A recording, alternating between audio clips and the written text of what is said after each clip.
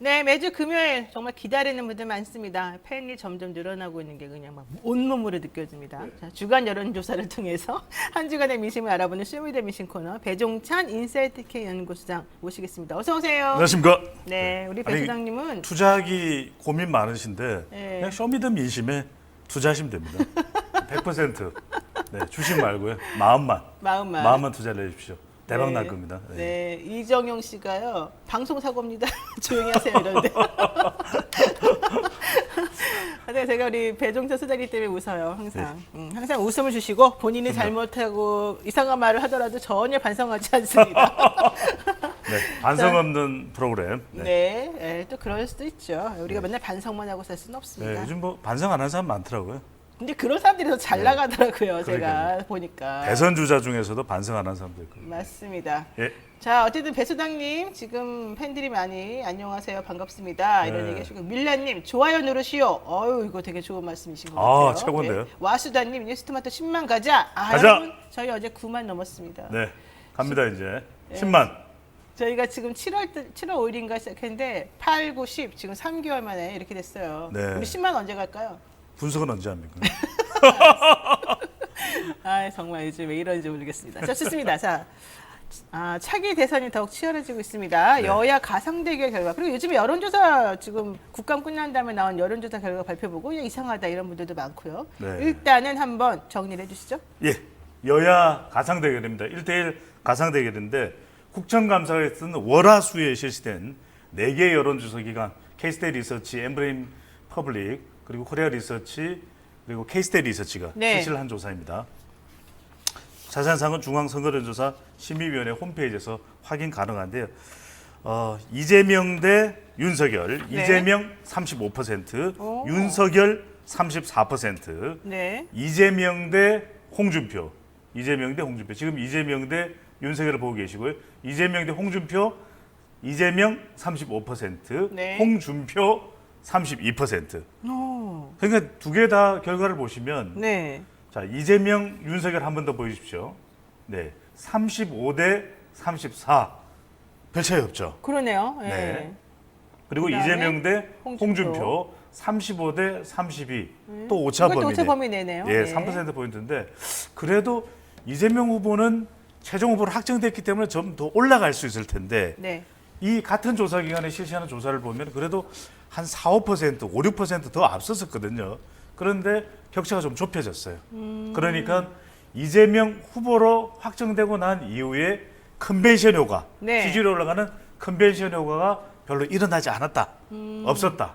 이른바 역컨벤션 효과, 또 역벤션 현상으로 네. 볼 수가 있는 것이고 윤석열 후보와 홍준표 후보만 놓고 보면은 두 사람의 경쟁력 보셨다시피 별 차이가 없죠. 그러네요. 거의 차이 없다. 25%대 22%. 그러니까 지난주에 뚱커벨 제가 배추도사가 분석을 해드리면서 머리카락 한 올 차이다. 네. 네, 머리카락 그 정도 두껍다. 이런 이런 얘기 머리카락 했어요. 네. 한 올 차이다. 네. 정도로 정말 초박빙 네. 윤석열, 홍준표의 국민의힘 최종 후보 경쟁도 뜨겁습니다. 그렇군요. 그런데 사실 이번 주에 이제 이재명 경기도지사 국정감사가 있었잖아요, 두 네. 번. 그리고 평가는 이재명 지사가 잘했다는 평가가 더 많은 것 같은데 네. 오히려 여론조사 JTBC인가요? 뭐 여론조사 발표를 보게 되면은 오히려 국민의힘이라던가 이쪽 분들에게 더 높이 퍼센테이지가 올라가는 그런 현상이 그러니까 이건 보이는데요. 왜 그러냐면요. 네. 자, 국정감사 효과는 누구한테 발생하는 것이다? 국민의힘 지지층이나 더불어민주당 지지층이 아니에요. 왜? 네. 국정감사와 상관없이 민주당 지지층은 이재명, 그다음에 국민의힘 지지층은 윤석열, 홍준표, 하여튼 국민의힘 후보. 네. 그런데 누가 남아 있느냐? 중도층이거든요. 중도층은 MZ 세대 여성 부동층입니다. 중도 부동층. 자, 이들은 금방 효과가 나타난다, 안 나타난다? 안 나타나요. 안 나타난다. 그러니까 일정한 시간을 두고 나타나기 때문에 네. 적어도 다음 주까지는 기다려 봐야 되는 거죠. 아. 예, 왜냐하면 다음 주가 되면은 어떤 현상이 있을 수 있냐면 이낙연 후보가 지금 사퇴 가능성도 있죠. 그럼 사퇴하고 나면 또 누굴 만납니까? 이낙연 후보를 만날 겁니다. 지금 전화는 계속 하고 있는데 아직까지 이재명 후보가 이낙연 후보를 못 만났기 때문에 네. 호남 지지율이 아직 완전하게 안 들어왔어요. 그다음에 문재인 대통령을 만나야 되는 거죠. 문재인 대통령 만나야 민주당과 핵심 또 지지층들도 더 결집하면서 문재인 대통령의 지지율이 역대 대통령과 비교할 때 높잖아요. 네. 그러니까 이 효과, 마케팅 효과까지 이른바 할로 이펙트라고 해서 후광 효과입니다. 그러니까 이 정권으로 보면, 주식으로 보면 일론 머스크 한마디 하면 또 테슬라 주가 올라가. 또 워렌 버핏이 한마디 하면 주가 올라가. 또 배 소장이 한마디 하면 뉴스 인사이더가 또 조회수 올라가. 이런 거하고 비슷한 거죠. 네. 그러니까 이 순서를 거쳐야 되는데 네. 말 그대로 사리문 과정입니다. 사리문, 사태, 리, 이낙연, 문재인 대통령. 지금 이게 초유행이에요. 지금 어제 네. 그 보도 나온 걸 보니까는 이낙연 대표나 문재인 대통령하고 이재명 지사의 만남이 11월로 뭐 넘어갈 것 같다 이런 얘기도 보도에 나오기도 했어요. 나오는데 먼저 이제 제가 왜 사리문 이야기를 드렸냐면 네. 이게 여러분들이 이제 이 정치의 어떤 효과를 보실 때 반드시 이해를 하셔야 되는 것이 네. 사태가 먼저 돼야 되겠죠. 그렇죠. 지사직 사태. 사태를 하고 난 이후에 네. 이낙연 후보를 만나게 되는데 저는 이 시간이 길어지면 길어질수록 이재명 후보에게는 부담이 됩니다. 그러니까 적어도 다음 주에는 사퇴하고 난 이후에 사퇴를 한 주말 또는 주초 정도에 하고 그다음에 이낙연 후보를 주 중반에는 만나야 돼요. 왜냐? 11월 5일 그러니까 다다음 주 금요일 날 국민의힘 후보가 결정되기 전에 대통령을 만나야 돼요. 그러니까 그래야 11월 5일 중도층이 전에 들어옵니다. 만나야 될 것 같아요. 그렇죠. 아무리 봐도. 그러니까 네. 대체적으로 24일을 전후로 해서 사퇴, 27일, 8일을 전후로 해서 이낙연 후보의 만남, 네. 그다음에 11월 2일 또는 3일 날 문재인 대통령 예방. 저는 이 순서가 될 가능성이 매우 높다. 네네. 예. 이 정도로 자세하게 분석하는 사람 없어요. 일단 자화자찬 좀 가만히 가만히 나중에 네. 하시고요. 네. 구경꾼님이 지금 코로나 때문에 자영업자라든지 민주당 정부에 호의적이지 않은 것도 인정해야 되는 거 아닙니까? 인정해야죠.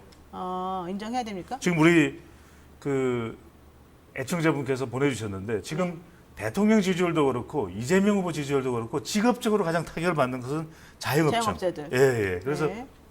이 자영업청이 그래도 유권자의 한 15% 20% 되거든요. 상당히 영향이 있다고 봐야 그러네요. 되겠죠. 그러니까 이들이 대체적으로 지금은 국민의힘 지지나 국민의힘 후보를 지지하는 상황. 네. 그렇기 때문에 반드시 이재명 후보든 또 문재인 대통령이 또 임기 막판까지라도 네. 자영업 하시는 분들을 어떻게 하면은 손실을 좀 최소화시킬 수 있지. 이 노력은 반드시 해야 되는 거죠. 좋습니다. 네.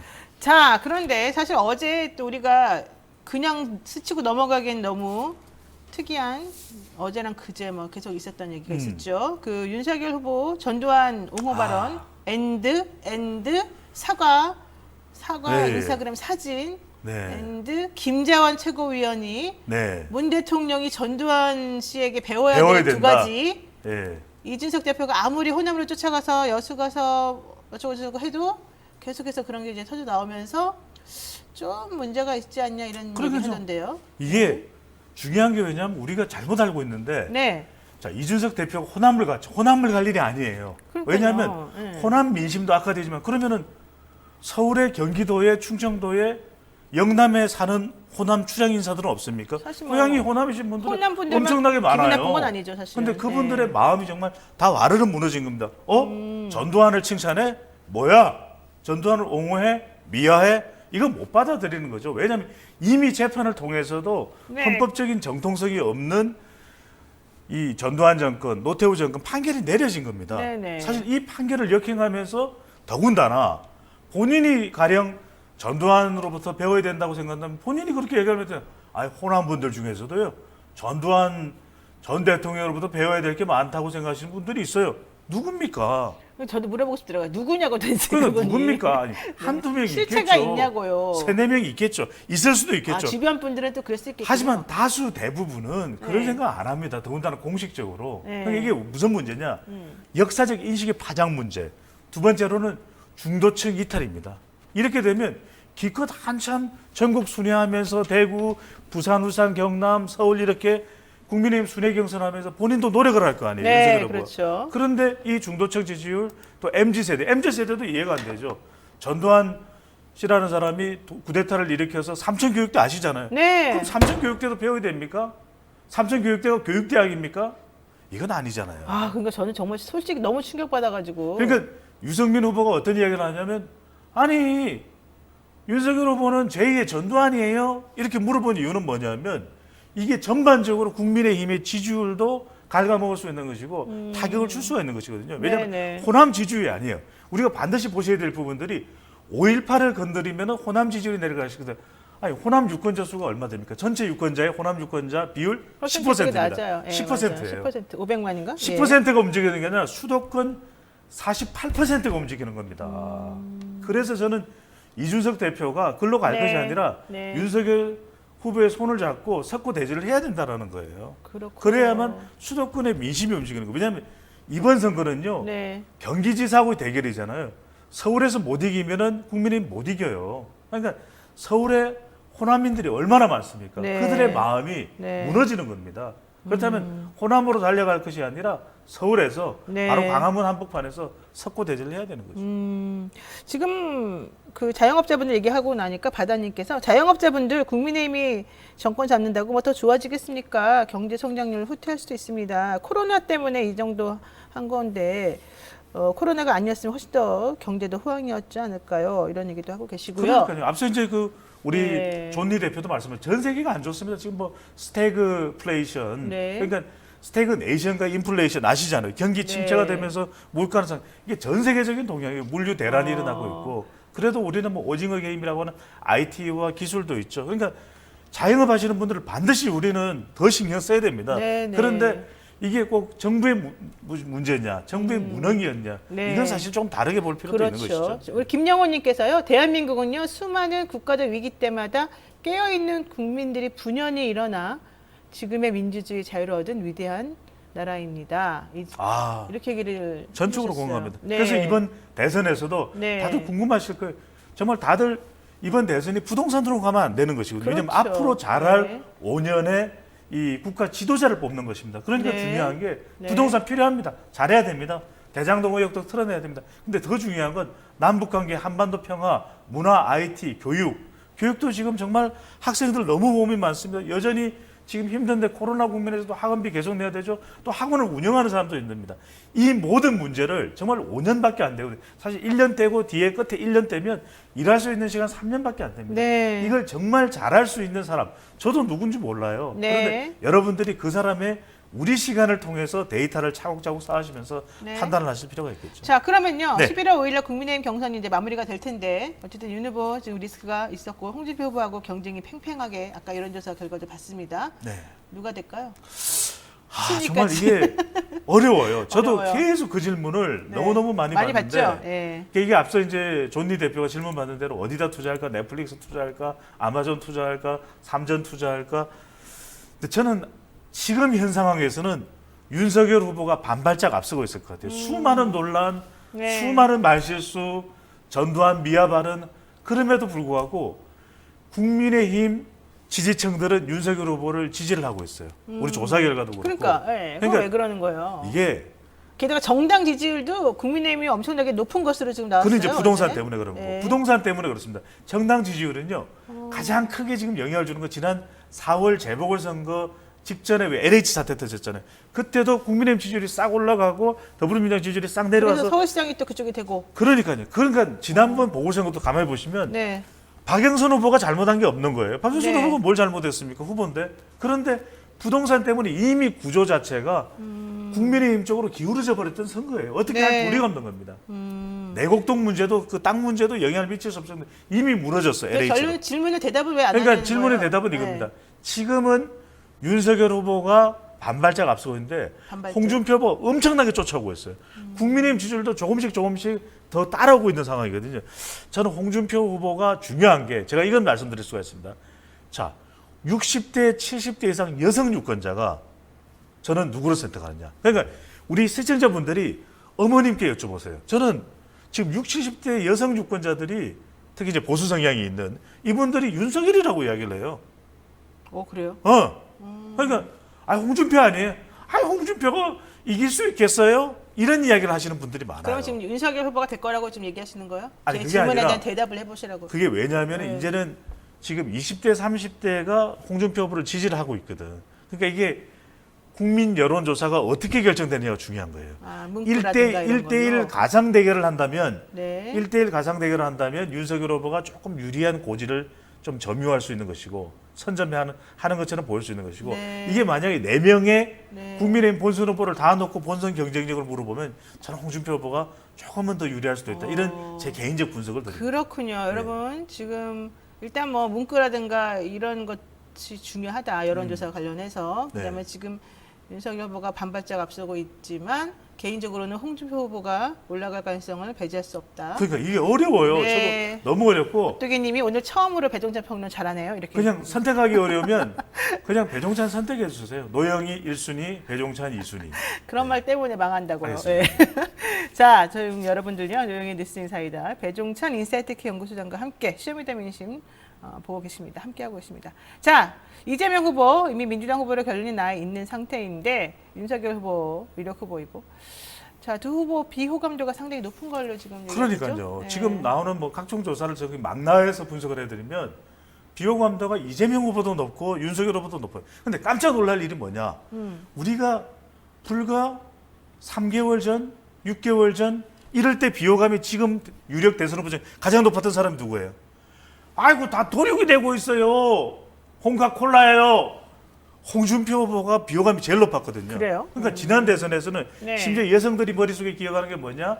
홍준표 후보가 냈던 책의 내용 중에서 대지 발정제가 있어요. 그러니까 에이! 맞아요. 이랬단 말이에요. 그리고 그런데 그때 책에서도 본인이 뭐 강감일수 모의했냐 말았냐. 그러니까요. 그게 또 법조인이니까 더 잘하시네. 네. 지금은 우리 이재명 후보도 그렇고 윤석열 후보도 비호감이 높아. 그러니까 오히려 비호감이 가장 낮은 사람이 3명 중에서는 홍준표예요. 그러니까 오히려 호감도가 높은 사람은 원희룡. 지금 이제 남아있는 후보들은 원희룡 국민의힘 후보 쪽. 쪽이니까 네. 오히려 유승민, 원희룡 후보는 더 높은 정도. 근데 원희룡 후보가 보면 진짜 지난 이전에 선거에 임하는 자세보다 이번이 정말 비장해요. 그래서 심지어는 원더우먼이 아니라 원시잖아요. 원더맨이다.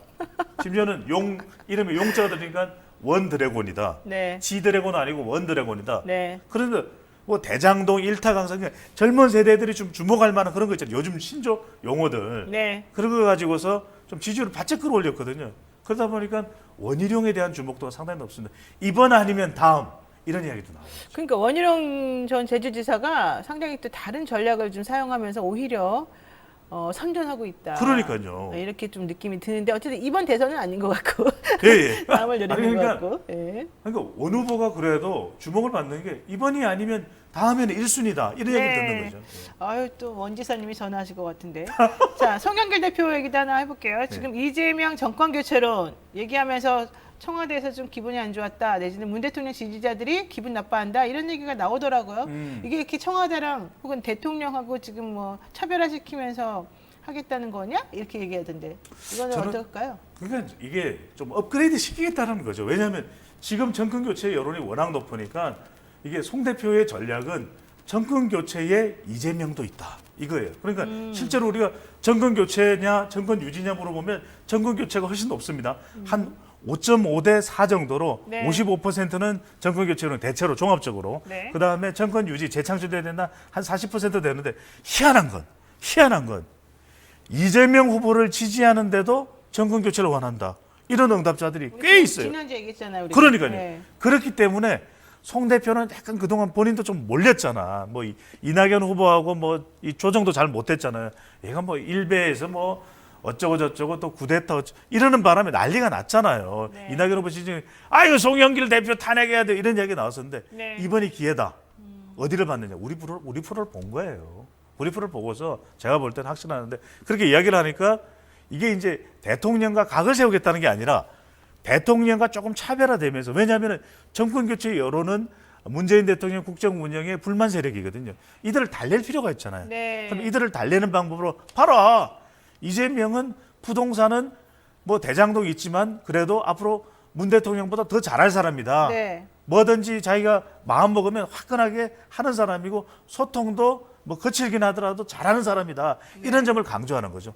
대통령도 잘하셨는데 네. 문재인 대통령을 또 반면 교사해서 또 디딤돌 삼아서 더 잘할 사람이 이재명이다. 이런 점을 강조하는 전략인데 근데 이게 문제가 왜 윤건영 의원은 난리가 난 거죠. 아이고 무슨 소리냐. 왜 문 대통령과 대립각을 세우는 이게 송 대표가 좀 앞뒤 이게 잘라버려요. 좀 서로 간에 조율도 하고 제가 이런 걸 좀 하려고 했는데 참 저 좀 밀어주시고요. 제가 발표하면 좀 뒤에서 응원해 주시고 이게 있어야 되는데 이게 없는 거예요. 그냥 네. 자 이거 정권 교체 뭐 성격도 있잖아요. 이래버리는 네. 거죠. 네. 자, 시간 얼마 없어서 1분 남아서 제가 하나만 여쭤보고 끝내겠습니다. 자, 닥터 K님이에요. 누가 봐도 국감에서 이재명 지사 완승인데 왜 여론조사에서는 이재명 국감 못했다가 50% 넘게 나옵니까? 이거는 국민의 판단력이 문제입니까? 아니면 여론조사가 잘못된 겁니까? 이렇게 자. 질문하셨어요.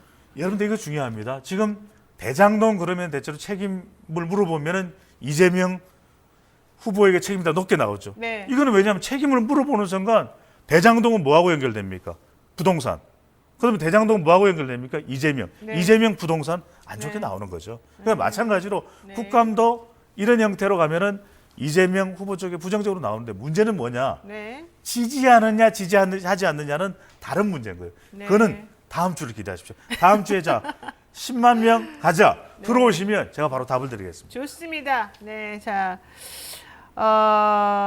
말은 바로 하자님이 이런 얘기하셨습니다. 문 정부는 물러 터져서 문제죠. 이재명은 정면 돌파와 밀어붙이기 싸움을 하기 때문에 당장은 이런 현상이 나타나는 것 같습니다. 맞습니까? 제가 맞다고 말씀드려야지 안 맞다고 말씀드리면 큰일 나죠. 네, 알겠습니다. 네, 오늘 배종찬 소장하고는 여기까지 정리하겠습니다. 오늘 말씀 고맙습니다. 감사합니다.